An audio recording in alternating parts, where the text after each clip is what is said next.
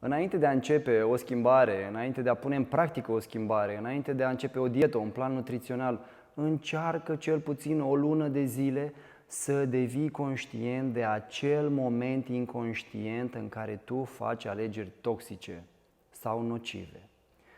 Care este motivația din spatele alegerilor tale nocive, dar și din spatele dorinței de a schimba ceva?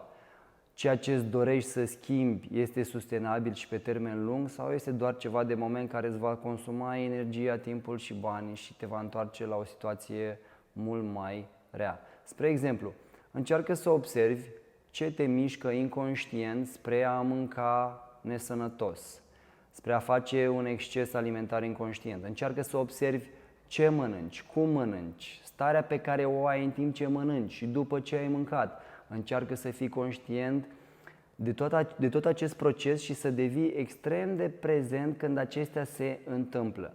Ideea e să observăm, de exemplu, cum este digestia după ce mâncăm, cum ni se schimbă starea generală după ce mâncăm, cum este somnul, dacă există vreo diferență de stare generală între situația în care mâncăm ceva sănătos și mâncăm ceva nesănătos. Dacă există vreo diferență între un aliment de calitate superioară și un aliment de calitate inferioară. Ca mai apoi să mergi la un specialist unde să-i poți da toate aceste detalii din experiența ta, extrem de importante, și mai mult de atât să pregătești terenul unei schimbări pe care ți-o dorești pe termen lung, pentru o perioadă lungă de timp sau pentru toată viața.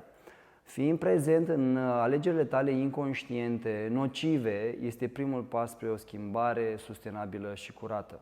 Doar așa putem să reușim să rupem aceste obiceiuri și aceste mecanisme prin care noi ne ghidăm viața de cele mai multe ori inconștient.